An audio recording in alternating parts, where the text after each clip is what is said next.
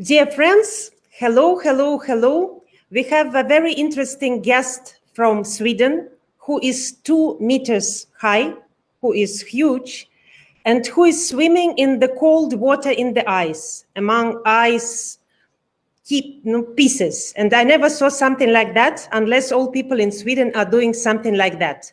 His name is Karl Lillrud. He is strategist, online expert, and he helps companies to grow dramatically by 300%. You know, something incredible. Hello, Karl. Happy to see you.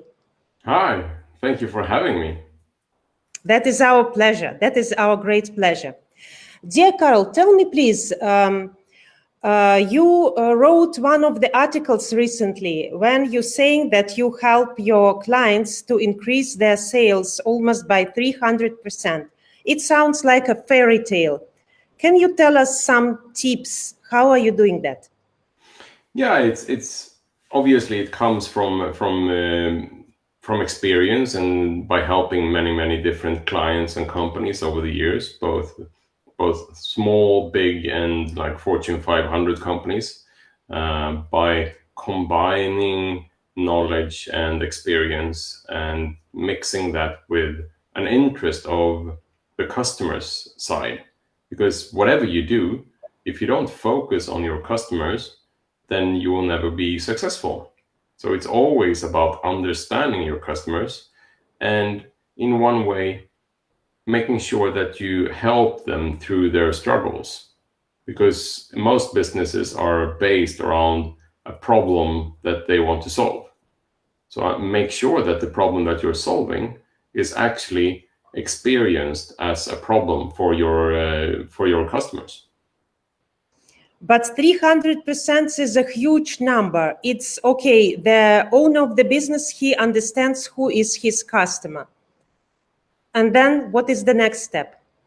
Yeah, so 300%, definitely it's a huge number, but it's also very much about understanding what you have to play with. Like if it's a new company and there's no sales figures, then of course going from 0 to 1 customer is a huge success. And going from that 1 customer to 10 customers is also an amazingly big success if you just look at percentage. But for this particular company, it was already a very big business, and they had already achieved quite good success. But they didn't look at all channels. They didn't focus as good on some particular channels, which enabled us to make sure that we met the customer and their expectations in a much better way. And by doing so, we could increase the conversion level for this particular company. That is nice. That is nice to know. As I introduced you, Karl, I said that you are swimming in the ice. I watched your TEDx speech, and it was really incredible when a man is swimming in the icy water. And what was that? Why are you doing that? And you were actually like a ship, like, icebreaker. You were actually working instead of icebreaker. Yeah. What is the kind of Swedish exercise is that? Yeah, but this is, I wouldn't say it's a Swedish exercise. It's more of a challenge that I decided to overcome. And it's very much connected to my own nature, so to say. I love challenges, and I love to make other people's assumptions change, because most people say that you can't swim in ice, and I would agree on that, because it's quite difficult to swim in ice, because ice is a solid form of water. But if you break the ice, then you actually get into the water and you can swim in the water, which then will be mixed with ice. So that is what we did, and have been doing for many years. But in the background of the idea and the concept and the vision, it was always connected to making to reach new goals and to prove to myself that nothing is impossible. And that is how I breathe and live my life, to make sure that I will not be limited by other people's assumptions, and I encourage people to dare to challenge their own limitations. But I guess a lot of people were surprised, or maybe they will even think, oh, Karl is not normal person, because I know that Sweden is a very conservative country of the way of thinking. What people were saying about these things that you were doing? Yeah, many people were quite worried, to be honest. And there was some people that even called the police and the fire department to rescue us because they thought that we were suicidal.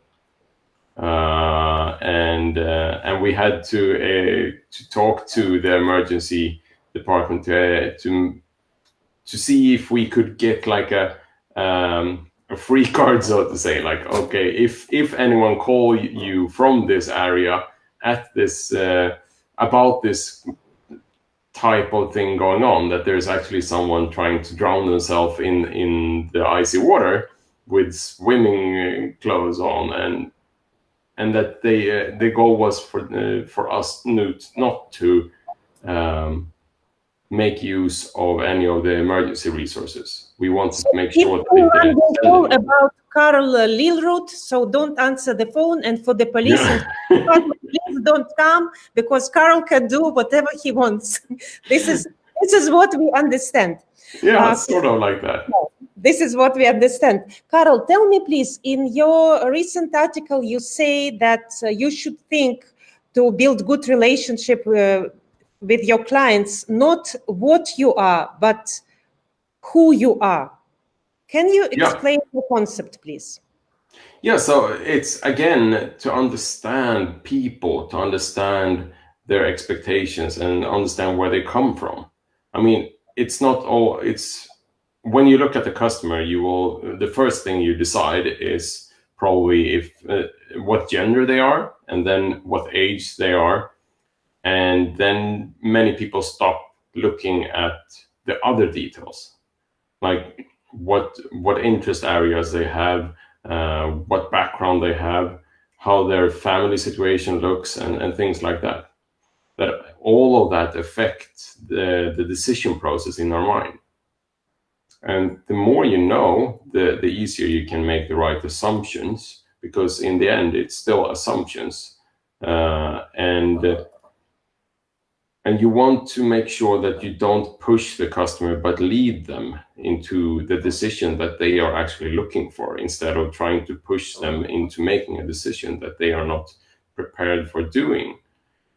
Because if you push them, they will most probably not become returning customers. And that is the next part of a purchase process.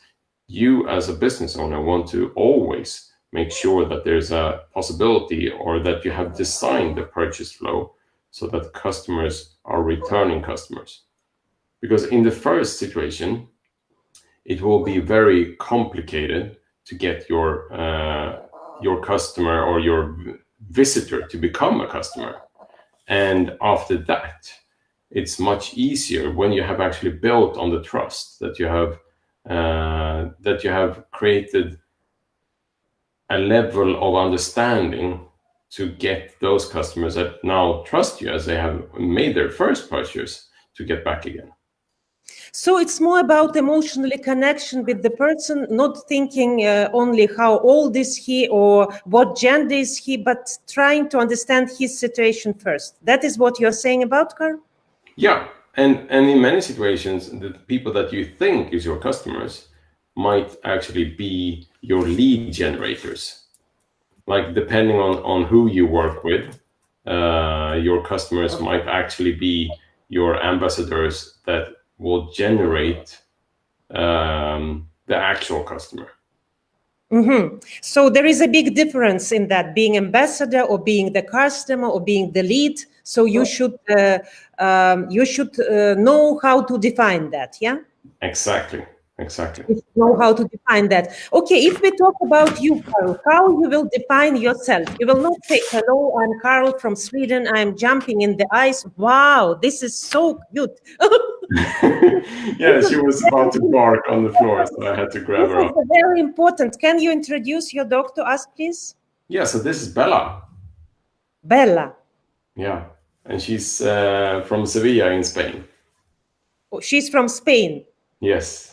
You're a very international family. So Yeah. as I understood, you swim in ice, and also you said that for you, your daughter is very important. You want to teach her all troubleshooting that you know, and to make sure that she can do the same. Maybe you're also teaching Bella, I don't know. So, Karl, tell me, please, uh, my question to you is, you said that some things that we think are not possible are possible. Yes. You look like a very reserved person, you know, a person who is very, in a way conservative, in a good way conservative, who have a lot of values. It's like a big tree, Okay.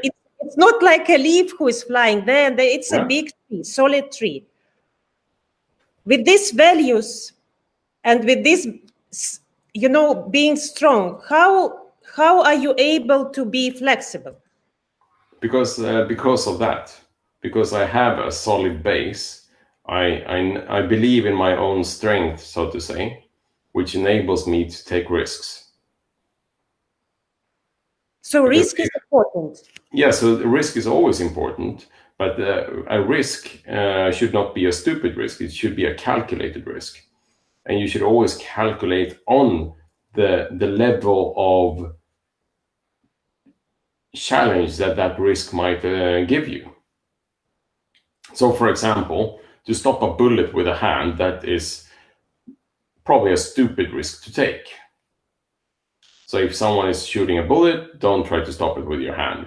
And to be honest, it's going to be quite difficult to be that fast. But if you hold your hand up like this, and there's someone that's pointing a gun towards it, everybody would say that it's impossible to stop that bullet. But that's just us being lazy, because I could put on a protective armor on top of my hand as a glove, and then by definition, I'm actually stopping the bullet with my hand. So impossible is also a definition. And we need to dig into these areas to understand what people are doing. And people are just being lazy when they use the word impossible, because you have not defined what the actual impossible thing is. You have just been making assumptions to think that something can't be done, because frankly, it's going to be a lot of hard work to get done. So, imagine that you can take any lazy person who is afraid of everything, who thinks that everything is impossible, not everything, but at least to some extent, and you can grow his limits, extend his limits. Yes. So how are you doing this? You just explain people, hey guys, you're stupid. What are you doing? Look at me. How you are breaking these limitations? So every limitation is basically set on one thing, and it's that we don't break up the goals in pieces. So basically we're saying, okay, let's take the assumption of that it's impossible to swim in just close to 0 Celsius degrees water. Okay, everybody more or less are saying that is not possible, but we didn't look into. By the way, in your TEDx speech, you said that when you are swimming, the most dangerous part is your fingers, because they start being frozen, and also your head. Yeah. So and you are swimming for 20 minutes, because in Russia, on the we can go in the water for 5 seconds, but not for 20 minutes. No, and that's because you haven't prepared yourself properly. So, for example, you could go into the water if you wore a wetsuit that was like 10 millimeters thick, because then you would be warm. You wouldn't get cold from the cold water. You would be isolating the cold water from getting close to your body. So by doing so, by definition, you're actually swimming in ice cold water, and then everybody can do it. But I was about to make sure that you could do it without the wetsuit and just go swimming like you would do in the summer. And then I had to do some more work. I had to look into the risks. I had to look into what studies are done and what limitations have been identified, and then see if I agree on those limitations. And most of them I did not agree on. So I proved those limitations to be wrong. What is your biggest limitation that you overcame yourself, Karl? The biggest limitation is always your mind. Your mind is basically a protection layer that will keep you away from dangers, but also keep you away from anything that basically drain you from energy. That is why you find it difficult to go to the gym, and that is why you eat more candy, because the mind is lazy. The mind just wants easy energy, so to say. So you, as a troubleshooter, you are solving these problems for the businesses by dividing them into parts. That is what you're doing. Correct. Actually, who is troubleshooter? What is that? Yeah, it's about understanding a process or a journey, and then identify the bottlenecks within that, and see, okay, what is it that cause friction? What is it that cause problems? What is it that does not work the way we expect it or intend it to do? And then break those parts down into pieces, and then wherever you get into a showstopper, or wherever you get a blockage that you think, okay, so I actually found a piece that I can't solve, then try to break that piece into 10 different segments, 10 different parts, and I'm sure that 8 of those parts will actually be solvable. And now you have gotten much closer to solving that particular part or that particular problem. And whenever you have just those 2 tiny pieces, which is just 20% of that entire impossible part, you break it down again. And you keep on doing so, and eventually you'll find that all pieces don't need to be done, and some pieces will be solved automatically as you solve some other pieces. For me, it reminds of scissors and the paper. You're just sitting with the paper and you're just cutting with the scissors, and extra points you're just throwing away. Is it something like that? Yeah, sort of. Sort of. Okay, my last question to you is how to make our online meetings better. You mentioned that you're good in that. What do you think? How we can do it? Because unfortunately, now 90% of our meetings due to this pandemic are online. And, a lot of people, they hate being online. They hate all this, Even you yourself today, Karl, you helped me to put this mic, because, I love people. I like to connect with them. And I'm not technology person. I want to understand what is the person feeling, what is his reaction. As you said, to connect, it's not only about the client. And by the way, in your article, you said about that. Don't think about people as clients. Yeah. It can be your friend, it can be your partner, it can be your ambassador. So how to make our online meetings better? So one thing is to not think of it as meetings. It's about building relationships. And think about if the meeting actually needs to be held in this closed environment, like today. I'm actually contradicting myself, because I'm just on a white background, and that is just super depressing, to be honest. I normally push on making sure that you have a living background and something that also engage, but in some extent cause some distraction, because we need new impressions. We need to be fed with different things throughout the day. And if I have a meeting for an hour, I'm sure that the person on the other end will lose attention every now and then. But if there's a bird flying by, or if there's a car flying by in the background, that's something that actually could cause some distraction that makes it easier for them to get back and focus again. So now I don't understand. You recommend to be in front of the white wall without distraction, or with birds and cars and cockroaches? I recommend that you have something that's going on in the background. Aha, okay. Yeah. Though you didn't do it yourself today, yeah? Exactly. No, but you bring I Bella. failed on my own recommendation today. No, but you bring Bella, which is actually very, very exciting. Yeah, So, exactly. number one, don't think about that it is a meeting. Number two, bring some exciting background. What is number three? To think of if the meeting needs to be held in that closed box, that closed environment. Like, for example, if it's not really a meeting, like, for example, in this situation, I would say that this should be done as a walk and talk, which is us talking and recording as we're doing just some walking in our neighborhood. But Yeah. for the audience to be able to enjoy this, sound quality is important. And if we were to walk about outside, it would be some distracting noises in the background, and that's never good. But eventually we will have solutions to that from our technology partners as well.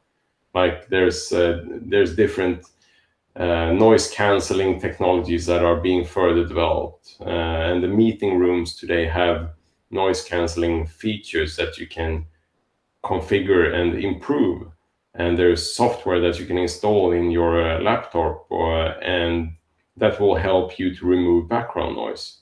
And in the headphones, as most people now know from traveling, there's some really good noise cancelling headphones. And now as we work from home, we will see more and more people that use noise cancelling microphones as well, because that is not something that's been in use as widely as noise cancelling headphones.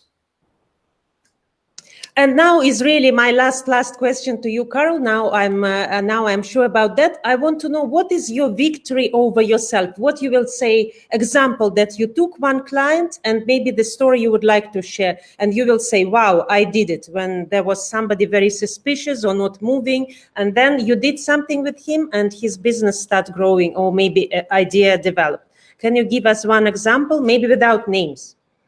Yeah, I mean, I've been working with many situations like that because I tend to get drawn to situations where the clients are doubtful of their own vision almost. But in some situations, the problem that you foresee is not the problem that you have to solve. And what I have learned over the years, if I don't go into two specific points, is that sometimes your client is or your customer is not actually your customer. That the customer that you need to care about is your teammates, because you as a person within the company are delivering someone else something to another department, and then that department will be seen as your customer. So how do you work with that department? How do you work with that team or your teammates? What culture do they come from, or what culture will they present their offer to? Because I have seen it so many times over and over again that things get lost in translation, things get tangled up because of culture and misunderstanding. And now, as we are getting even more into a global society where everybody's working from home, it's getting even more complicated to make sure that we don't fall into these habits and assumptions that a yes means yes, even though we're talking with 10 people from different countries. Because in many countries, a yes doesn't mean yes, really. A yes is a beginning of a conversation that will lead into some no's, some yes, and some maybes. What about Sweden? Does yes in Sweden means yes or no? Yeah, I would say it depends on. But in general, in Sweden, yes means yes. But you know, Karl, that in Japan, people trying not to say no at all. So if you will ask me, Olga, will we go to the movies tomorrow?